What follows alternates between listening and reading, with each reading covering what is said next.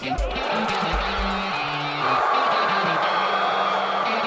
to Dodger Fan Weekly. I'm Adele, and I'm Adele playing Adele, and we love the Dodgers.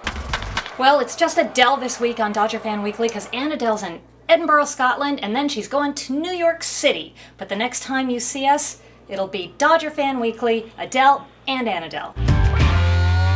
On this week's episode of Dodger Fan Weekly, we have a very special guest. His name is Gabe Burns, and he is a writer and reporter with DodgersNation. Please welcome Gabe Burns.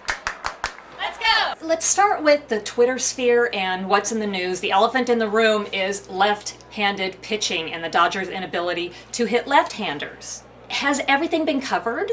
Do you have anything new you think you might be able to add to the conversation, or has all of this been talked about already? Yeah, I guess you can make the argument that shuffling through the lineup hasn't really helped, and maybe we'd be better off giving Jock Peterson more consistent at-bats against left-handers. It feels like sometimes the batters just need more consistency, and if they could get more at-bats against them, it would help. You can't improve players from the bench. So at some point, these guys are going to have to play, or you're just... Because I tend to lean that Jock has a higher ceiling than what we've seen, but he's never going to reach that if he's platoon. Hey! Yeah. One of the popular topics is acquiring Ryan Braun. And, you know, there are two schools of thought on Ryan Braun, and the thing is, hey, he's a good player. He's a great hitter. He's a Southern California boy. You know, how do you feel about getting Ryan Braun on the team? And do you think he would, you know, take us to the World Series? Well, if all things were equal, then he would be almost the perfect match when you think about it. But all things aren't equal, so you have to factor in financial implications, you have to factor in whatever the Dodgers would have to give up, and then you also have the whole character question, which, to me, if you're not comfortable acquiring Ryan Braun because of his character, I completely understand that. I won't fault you.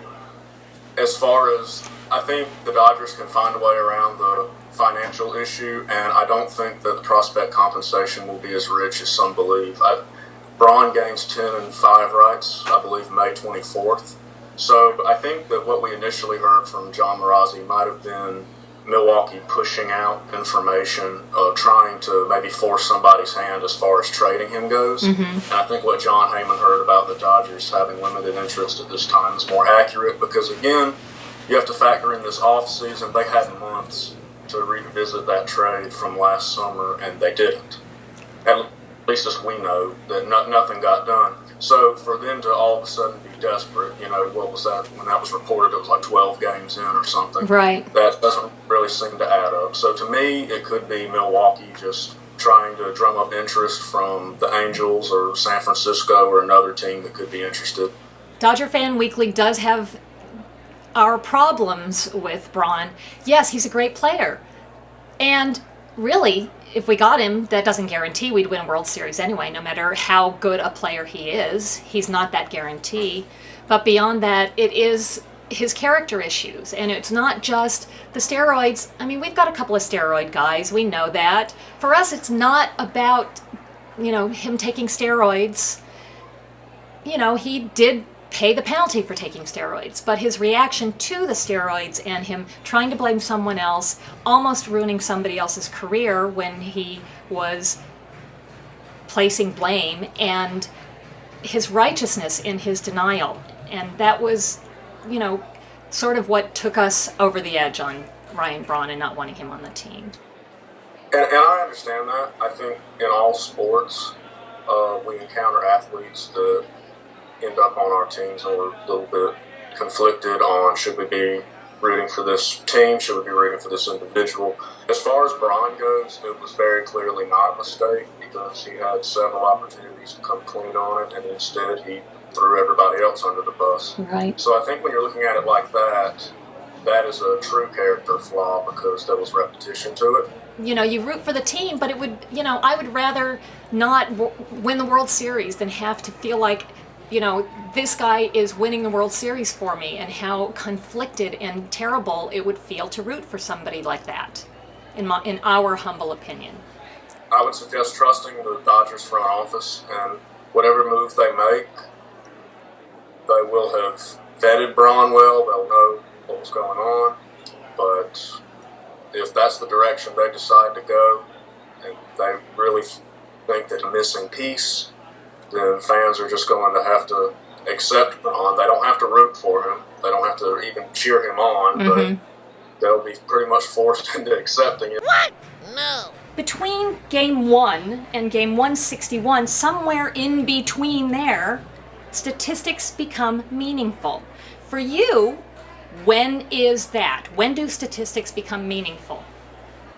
So, I'm not very concerned about the team just yet. Mm-hmm.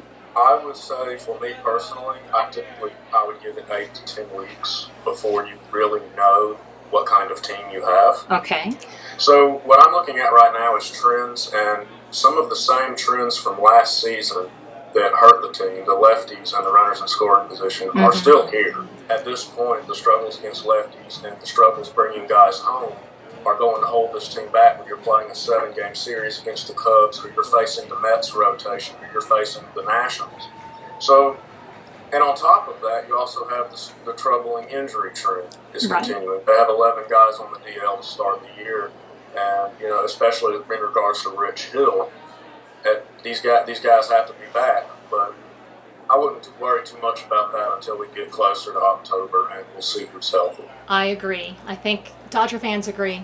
Let's go, Dodgers! Well, we want to say a big thank you to Gabe from DodgersNation, Gabe Burns. You'll find him on Twitter. We retweet his articles a lot.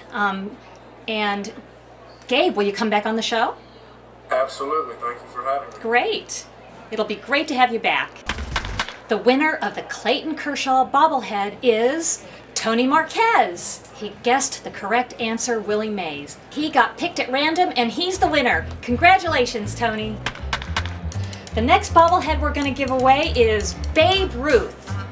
All you have to do is answer this question. Where did Annadelle go on her travels? Tweet us your answer at Dodger Fan Weekly. Good luck. See you next time.